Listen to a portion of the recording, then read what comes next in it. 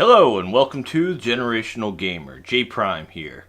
And yes, I have seen what the media is saying. One of the coolest things about RetroBit is the fact that they have an official license with Sega. Never in my wildest dreams did I would expect to see Sega peripherals brought back 20 years after their intended release date. So you've got the ones with the original port, you've got the ones with the USB ports, you got Saturn.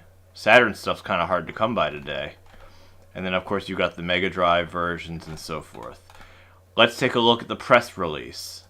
So, of course, they are dealing with pretty much all of the famous Sega consoles, except for the Master System. But realistically, that does fall into the Genesis and Mega Drive.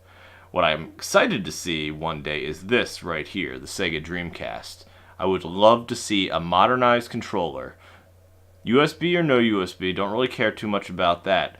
I would like to see all of these wireless. So, as it stands now, you've got the 6-button arcade pad, which should be the 6-button controller we all know and love. Comes in 2 colors, okay? So it's a 10-foot cable. Awesome. Original grade quality. Also awesome. Like I said, I don't care about the USB, but it's here, okay? You can get it at Amazon or Castlemania. And then you've got the Saturn pad, which has the L and R buttons at the top. That's pretty cool because Saturn hardware is kind of expensive these days. And then that's all they've got right now. I am excited about 8-bit Do hardware because it's wireless. Particularly the Bluetooth one. My initial video of the 2.4, I gave it lavish praise, but after using the Bluetooth, no comparison. In the future, when I do a video, I'm going to have both so I can compare and contrast right there on the video. So, I mean, what do you all think? I would love to see something for the Dreamcast. That's what I'm excited about. Or maybe even a Sega Master System controller. In truth, you can use the retro receiver and a Bluetooth NES pad and get the same kind of response. I don't know.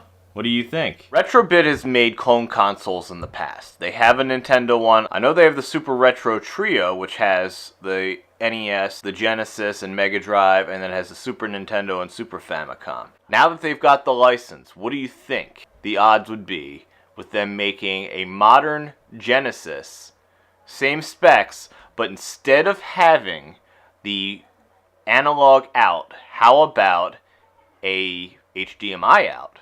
Maybe even a 32X. You know, there was a time when Sega was going to release, I believe they called it the Mars, the Genesis 32X hybrid. I would love to see that today.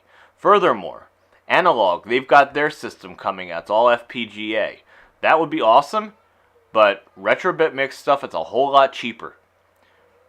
That being said, if they did something like that, what direction would you go? Would you buy analog or would you buy RetroBit?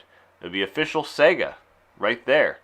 Anyway, I just wanted to thank you all for taking the time to listen to me, and have a good day.